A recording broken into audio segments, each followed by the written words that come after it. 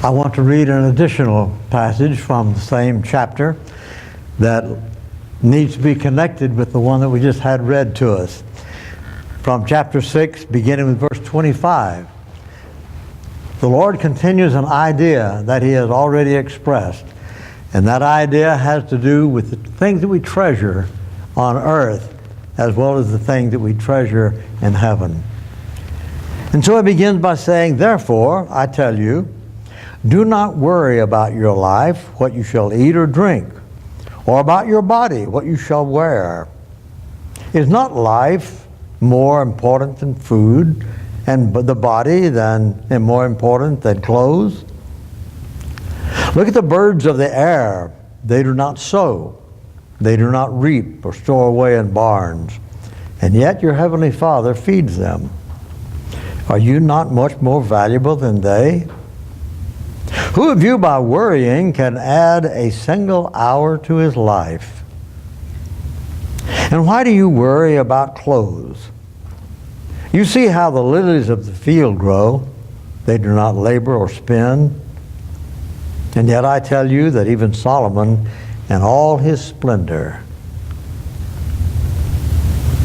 was not dressed like any of these. If that is how God clothes the grass of the field, which is here today and tomorrow is thrown into the fire, will He not much more clothe you, O you of little faith? So do not worry, saying, what shall I eat? Or what shall I drink? Or what shall I wear? For the pagans run after these things, and your heavenly Father knows that you have need of them. But seek first His kingdom and His righteousness, and all these things will be added to you. Therefore do not worry about tomorrow, for tomorrow will worry about itself. Each day has enough trouble of its own. Great words of Jesus Christ. I read a while back that over 65 million Americans suffer from high blood pressure. Doctors don't know just exactly what causes high blood pressure. Probably each of us, or many of us in the audience tonight, has experienced a little bit of that, some more than others. But one of the things that they do agree on is the fact that high blood pressure many times is related to the stress in our lives. And what is the stress related to? So much of the time it's related to worry, anxiety. Oh boy, this is not an easy thing to talk about. It isn't an easy thing to solve. And that's really the reason that I entitled it the way I did. The difficulty of overcoming anxiety. I'm not talking about anxiety from a psychological perspective, anxiety that clinical psychologists and psychiatrists deal with. I'm talking about the everyday things of life that just bother us and worry us. And, you know, Jesus puts it in these terms. What will I wear? What will I eat? What am I going to do today? And these types of things. And yes, those types of things, they worry us. What do we worry about? Well, a lot of times we worry about just things and situations. Particularly the things that we can do nothing about and the situations we can do nothing about. I guess in a sense this is the reason that I worry about those things, is because I can't do anything about them. I wish I could, and yet they're affecting my life and they're changing my life in so many ways, and so it bothers me and I worry about those things. Well, yes, those things kind of get to us sometime. You know, am I going to get a raise at work, or am I going to get reprimanded at work? Are my children? Am I going to have enough money to give my children a college education? That bothers me. That worries me. We may have to move. Where are we going to move to? We don't have another place to go, and so forth and so forth. And so I can't control many of these things, and so they constantly bother me. Then we also worry about maybe some things of more significance, greater significance. We worry about the people we love, and we worry about whether or not other people love us. All of us have built into us, it seems, something that says, I like the approval of other people. I like to know that other people hold me in respect, in high regard, my abilities or my talents, that they're respected and appreciated by other people. And there's so many, for want of a better expression, there's so many things that we naturally worry about, because there's such an integral part of our whole life. Small children worry about things sometimes. Older children worry about different things. And adults worry about it. It's a part of our lives, isn't it? A study was being conducted not long ago that was designed to compare the worries of middle school children compared to the worries of high school kids.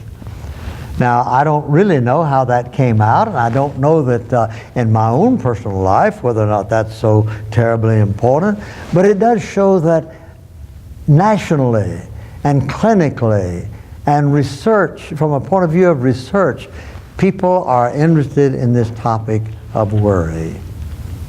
There are practical things that we worry about. We worry about money, we worry about food, clothing, shelter. And those are very natural for us to be concerned about.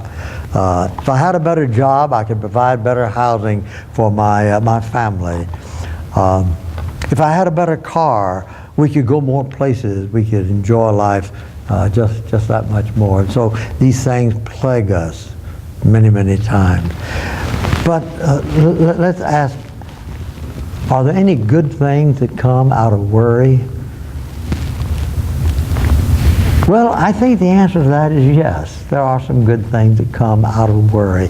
When things bother us and bother us and bother us, sometimes it can kind of get the juices flowing, you know, and we begin thinking of what are possible solutions to this. I was in college with a student back in the late 40s, and we were in an English literature class together, and we had a poem, and this poem was called "The Love Song of J. Alfred Prufrock." I don't know whether any of you are familiar with it or not, but it was a complex poem, and we had to write an interpretation of the poem. And oh man, we would get together, and it was the craziest sounding poem to all of us.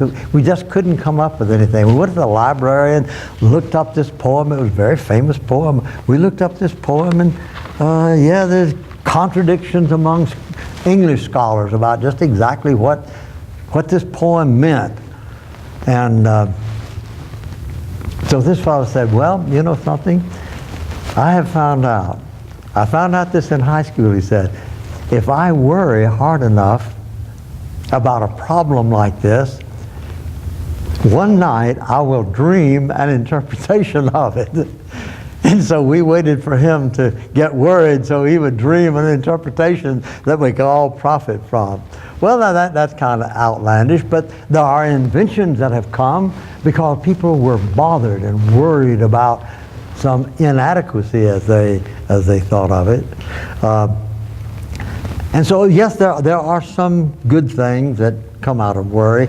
I think sometime of the parable of the prodigal son, one of the greatest stories that's ever been told.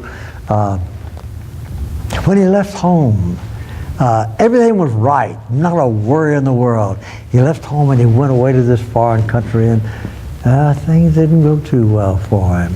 And his friends deserted him. Why? Well, because he's out of money. And his friends deserted him now, and he's kind of wondering, you know, what am I going to do? I don't know. The Bible doesn't say that he worried, but my guess is that he got real worried about this.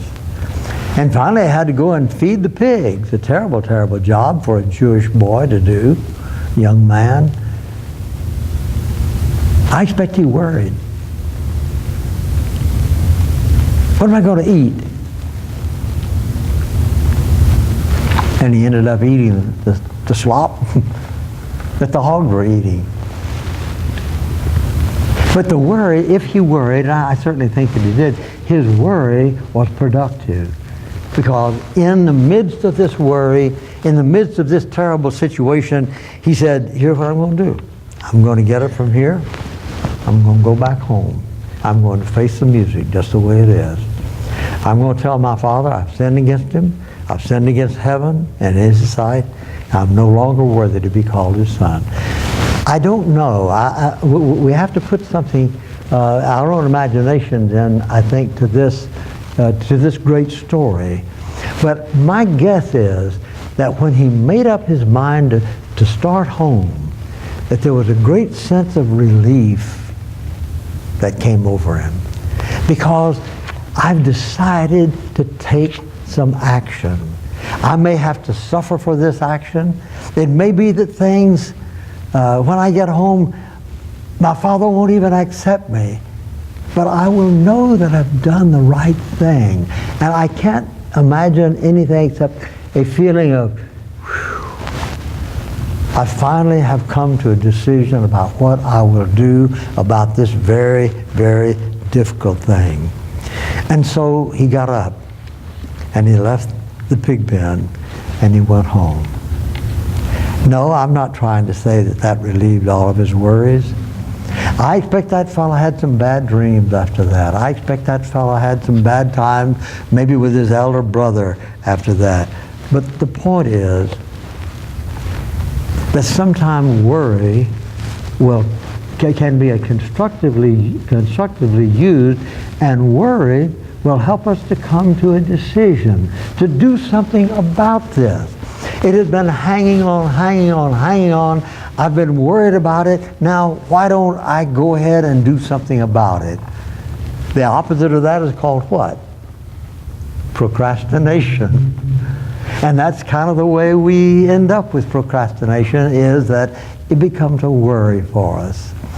A very mundane thing that if I may tell you, Friday I did my laundry, and had it all, I got it out of the dryer and I put it on the bed there. I had the sheets off of the bed. I'd washed them and put all this stuff on the bed. I had something else to do, and so I went ahead and did it, and so forth and so forth. And then I decided, well, I think I'll just sit down and watch the news on television for a while. So I did that. I sat down and watched the news. It kind of relaxed a little bit, And then I looked at my watch and I said,